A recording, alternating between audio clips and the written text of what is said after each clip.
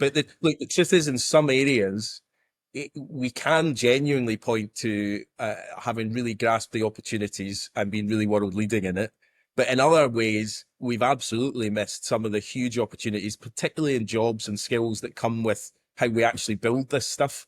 And look, supply chains is about to become one of the critical issues, or it already is the critical issue in how the world delivers the energy system of the future. I was in the Baltic states a couple of weeks back on energy security. They're obviously at the very forefront of this question of energy security.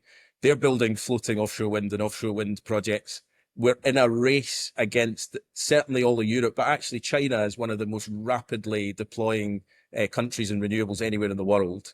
And if we don't build this supply chain, not only is it we're missing out on the jobs and skills and opportunities, but we're frankly just not going to get the stuff we need to actually build this. And we're going to delay everything and increase the cost as a result. So it's incumbent on all of us to genuinely invest in those opportunities. There is a real risk at the moment that, I was at Port of Ardashir, and they were announcing 1,000 jobs in the floating offshore wind that could be created there over the next 10 years. That's an enormous opportunity for that part of Scotland. But the real question is, are we actually going to have the people ready to take up those jobs? And are people going to have the housing to live in so that we've got a long-term sustainable economic benefit from it in Inverness and in Cromarty? And, these are the big questions we should be asking. And I get correspondence about things like, we'd like to invest in this project, but actually we're not sure the road infrastructure is going to allow the vehicles to get to where we want to build. There's practical things that we need to work far better at delivering.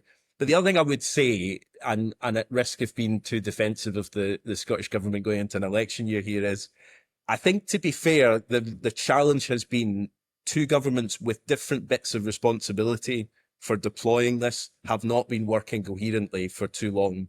And so while the UK government has responsibility, I've got responsibility for the energy system and for the investment of CFDs and all of that, the Scottish government has responsibility for skills, for planning, for those critical elements. If those aren't working really coherently and actively together, it's not going to happen. And I think that has been the problem of the past 14 years, to be honest. And partly that's the SNP's problem, partly that's the Conservatives' problem, partly it's just inertia in the way that worked, but that has shifted. And I do just want to emphasize that, we will always disagree with the SNP on a lot of political things, but there is not a week goes by where I've not got a call with Gillian Martin or Kate Forbes to talk about how are we going to unlock this problem.